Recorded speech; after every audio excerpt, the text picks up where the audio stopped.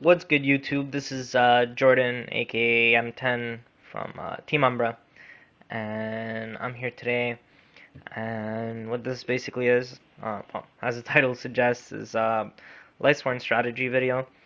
Um, Most of you know that I'm a pretty avid poster on the Lightsworn forums on Pojo, so I guess I might as well get straight to it. I'm going to talk about some plays, frequent and infrequent plays, and why some are good, why some are bad, or some other plays that some people might not know about.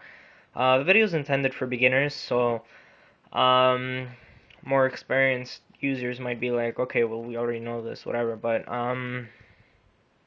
yeah, this is, I guess, what the point of this is going to be. So to start off, Effect Veiler. This guy's really good. A lot of people like don't run Veiler and Lightsworn for some reason. I like it because he's a hand trap. In Lightsworn, you have uh, I'm I, I'm of the opinion, anyways, that you shouldn't be running traps in Lightsworn. At least not this format, because there's a lot of traps going. There's not a lot of traps going on, so you want to take advantage of that. And however, you still need some defense, so um, you obviously got to be running Veilers, got to be running Gores, um, got to be running Trigo, and obviously you should be running at least two of these, at least two Trigodias, because Trigodia is a great card, and I'll explain why. For some reason I can't find my other one. Oh, here it is. So yeah, two Trigos, Gores, two Veilers. Um, you definitely should be running these guys. Um, these five cards. I think they're staple for all Lightsworn builds. Reason being is, like I said, they sort of act like hand traps and they're your defense. So also this guy is pretty much your only out to what's called Trishula plays. Some people are like, oh well, you should run warning, solemn judgment, whatever. But yeah, no traps. Stick with Veiler and it fuels your chaos monsters. So that's play number one I want to talk to you about. Number two, Raiko. A lot of people are dropping him down to one. I don't get that, especially in the agent matchup. Which, even though it's not that much of a hard matchup, if Christia comes out, you want that Raiko just to kill that Christia. Worst comes to worst, if they Hyperion on it, it's a name in your grave, whatever. Um, so yeah, kill the Christia. Doesn't get rid of it permanently, obviously, but for the time being, kills it, and then you have enough stuff on then on your turn you just try and kill them or try and find a more permanent out to that Christian. So that's one. Another thing I'm seeing a lot of, first of all, there's two things I want to talk about JD. Some people are only running Judgment Dragon in twos. Yeah, I don't like that. Judgment Dragon is your win condition, your number one win condition, but not your only win condition. You want to run three of these guys. One thing I'm seeing a lot of is someone JD pop the field and go JD, and then go attack for 9,000. Then they'll drop Gores on the first one, and then you're forced to kill your other two JDs to clear the field because you don't want to leave those Gores tokens there, the Gores and the Gores token there. So what I say you do is if you have triple JD in hand or even two JD in hand, just play them out one at a time. I mean, they're going to have trouble getting over one. If they manage to get rid of this guy, you still have another two in hand. So a lot of people kind of overextend with their JDs. We have three of them. Doesn't mean we could play more recklessly with them. Use them, if anything, more wisely than you did before. You got three of them now. You don't want to lose when you had three JDs live. Yeah, because you're always going to be known as that noob that lost with three JDs.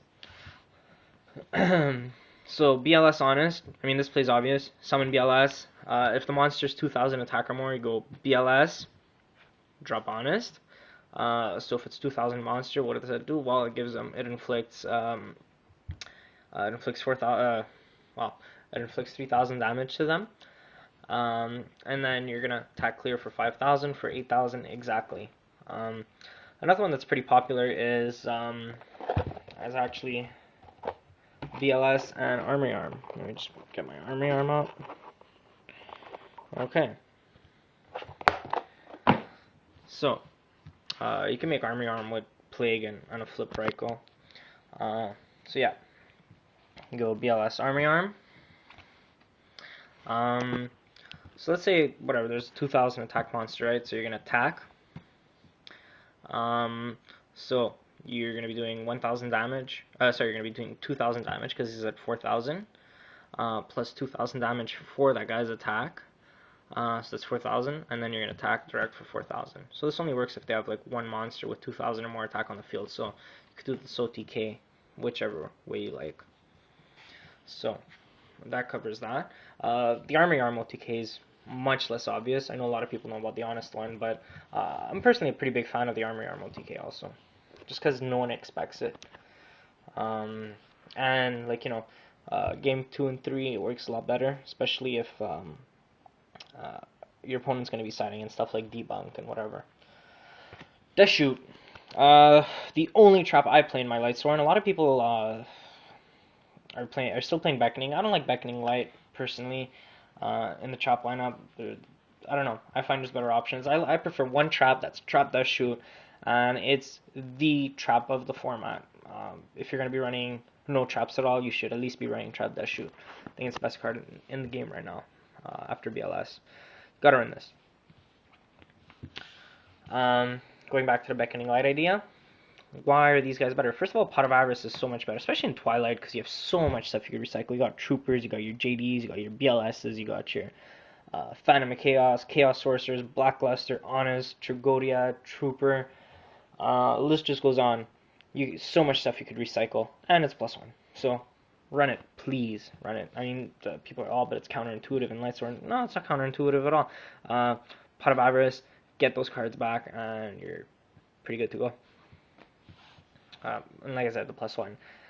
Monster Incarnation, it's -1, but I like it in a way better than Beckoning Light because I'm running a pretty high dark count, and I don't like Beckoning and then losing my Trigodias and Gores. I mean, Trigodia and Gores are probably my favorite cards, along with BLS and Trap Dash Shoot. I think they're the game-winning cards, so I don't like getting rid of them. Reincarnation, just get, go Reincarnation, get a JD back when you're ready to go for a game. Otherwise, just let it camp in your hand. I like using it late game. Mid game, not so much, because it's -1. Okay, so probably the next thing I'm going to say is probably going to be my most important contribution in this entire video. Charge and Illumina. And yeah, so Charge and Illumina basically. A lot of people love wasting their charge first turn. You go, oh, charge Light Brigade, blah, blah, blah, mill. You want to mill as fast as you can, get stuff in the grave. No, that's not the way it should be, and you especially shouldn't be going for Lumina. Lumina used to be the ideal first turn card. You would go, this would be the combo. You go, charge into Lumina, ditch a Garroth, or whatever, anything that worked like this, because you'd mill 3, mill 2, and potentially draw more. And it sets up your grave pretty quickly. Why is this bad? Because, whatever, she's going to get killed, and you're just left with a Garroth that doesn't mill after that. So turn 1, I don't really like this play at all anymore. I hardly even like the Luminant to Garroth play anymore. I hardly like Garroth at all anymore. But he's just in there for whenever the time is opportune to actually use this combo. And ideally you're going to be using it to make a Trishula or a Miststorm. That's a part of it. Lumina's good late game. She used to be an early game card. She's a late game card now. Or a last ditch effort card. She is no longer a early game card. You're never going to see me use her early game. So, Lumina Garroth, blah, not good. Not good at all anymore. What is good, however, is this. Charging into one of these guys. Also, another thing actually, conserve your charge for when you need it. If you're just charging into any Lightsworn monster and you don't know, especially first turn if you start the game, charging is a really bad idea because you don't know how your opponent's going to respond. You used your best card, or at least your best Lightsworn card, and you don't even know what your opponent's playing. So if you go second, then you could charge, or you don't even have to charge first turn. You could wait a couple of turns. um, until you really need one of these three guys. These three guys are the best cards because they deal with pretty much anything. So, my opponent has back row, and I need to get rid of that back row. Okay, so I'm going to charge, get my Lila, pop your back row. You have a big Venus I can't get over, or a Steel Storm Roach. No problem. I'm going to charge into a Jane and run over it. You have a set card. You know, Sangan's going around a lot, so people are setting Sangan, people are setting a lot of stuff. So you have a set card, no problem. I'm going to use my charge now, turn 3, instead of, you know, wasting a turn 1 on the Lumina Garoth combo. I'm going to go get you, send that Sangan back, and you cry. So yeah, this is the way charge should be used nowadays anyways. Not like this. So, this bad, this good. Uh, we're hardly reverse toolbox anymore. Um, yeah, this was reverse toolbox early game. Now good late game. Now we have this over here. We have actual toolbox. It's not reverse toolbox anymore. And this is very good mid game. You could use it early game, but I prefer going mid game for this. And Lumen is a late game card. Early game. Now I'm going to cover the ideal early game combo.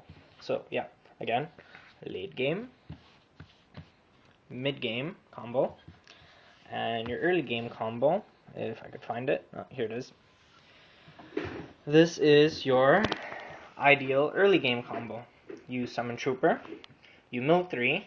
If you did not mill a Wolf, which you shouldn't be running anyway, which you should be running 1 or 0. I don't recommend running it more than that. You go Duality. Duality, add a card that, you know, depending on what your hand is, depending on what you milled, would be very good. So, better hand, you get Stuff Engrave, and oh, look at that, he floats when he dies, and you're going to have a 3600 Tragoria next turn. All special summon in defense. I say anyways. That, you know, he steals monsters, you gain a card in hand, so you're going to have 6 cards in hand, a really big guy on the field, and your opponent's going to be like, oh crap. I always manage to stall out guys until I get my mid-game combos. So again, you know, guys like Aaron, Raiko, Aaron, Jane, Lila, those are your mid-game guys. These are your early game guys, and your late game guy, Lumina, or, you know, JD, BLS, Chaos Sorcerer. Actually, no, Chaos Sorcerer is more of a mid-game card. BLS, JD are your late game cards, along with Lumina. So, oh yeah, here we go. There's another play. Why is Duality good? It happens a lot that you have either just a Lightsworn guy in hand that's extra, you drew into too many Lightsworns, and you have a Duality. That recharge is nowhere to be seen though. Or you have that dead recharge. Sometimes you even have 2 dead recharges, and you're just never drawing into Lightsworn. So what do? Duality goes and fetch you one of those. That's why you run Duality in Lightsworn. It gives so much consistency, especially early to mid game. So yeah, run it. Mystical Space Typhoon. A lot of people don't like MST. I like it just because I like setting it even on turn 1. Because if your opponent opens up with Trap Dash Shoot anyways, and they like, you know, I go first, set MST, whatever, you know, card Trooper, set MST, and then they set a card. I don't know how many times it's happened that I MST and hit the Dash Shoot that they just set, and it saves me. Not only from, you know, losing card in hand, but from them knowing what is going on in my hand. So, great card. Great card. A lot of people say, oh, but we have a lot of destruction, and we have Lilas, we have Raikos, we have JDs. Some people who still play Celestia, like, oh, you know, we have Celestia, but just to get rid of that Trap Dash Shoot, just because Trap Dash Shoot, like I said, is the best trap in the game right now, and second best card in the game after BLS. So, yeah, you want to run 2 of these. 3 is overkill. 1, you can get away with 1, but it's maybe not enough. So yeah. Chaos Sorcerer. Like I said, mid game card. Mid game card. A lot of people, you know, like using it late game. No, mid game. You have enough late game cards. Like I said, you know, Reincarnation, Lumina, JD, BLS. This guy mid game is so great. just to break your opponent's setup. He's one of your tools. Like I said, this consists of your most important mid-game tools. Alright? Chaos Sorcerer mid-game, get rid of a Shen, get rid of whatever. This guy's so great. So yeah, Chaos Sorcerer. Get rid of their big cards. Obviously, especially when you're starting off with Trooper plays and Tragodia plays, whatever, sometimes they might bring out bigger monsters before you do, which is usually the case, because I like playing a responsive game. I like answering to their resources and then just, screwing their shit up. While I keep my important late game resources in hand. I like making them overextend so that I could punish them for it. Chaos Sorcerer does that perfectly mid game, which transitions into the late game, which I kill them. And I mean, this is how I top my regionals. I just followed this very efficient pattern. I mean, it's obvious that I obviously didn't get Trooper Tragodia first turn all the time, but it's just like smarter plays and thinking okay, what's better for me early game, what's better for me mid game, what's better for me late game. So here's another card. Chaos, sorry, Phantom of Chaos. It's good whenever. If I need a Lila, okay, remove, pop a back row. Okay, remove a Lila, pop your shit. You have way too much stuff on the field, pop your shit. Remove JD, pop your shit. People are like, oh yeah, but it makes it harder for you to deal, like whatever, okay, you blow their shit up, but they're just gonna run over it next turn and give you damage. Like, okay, I don't care. I have two Chugodias to respond to that, and okay, you wanna blow my shit up? Go ahead, blow my shit up. You wanna attack over it? Go ahead, I have no problem. What this guy's really good for, especially, is getting rid of a Christia, because we all know what a pain Christia could be.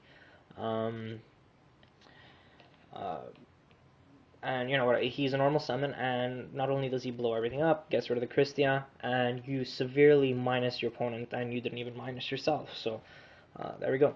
So yeah, usually with Pot of Duality, I like going for either that or that. If it's first turn, that. Later on in the game, that.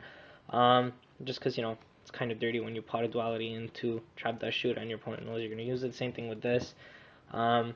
It'll cause your opponent to either play really conservatively, so that way you could just go kill them. So yeah, final play really.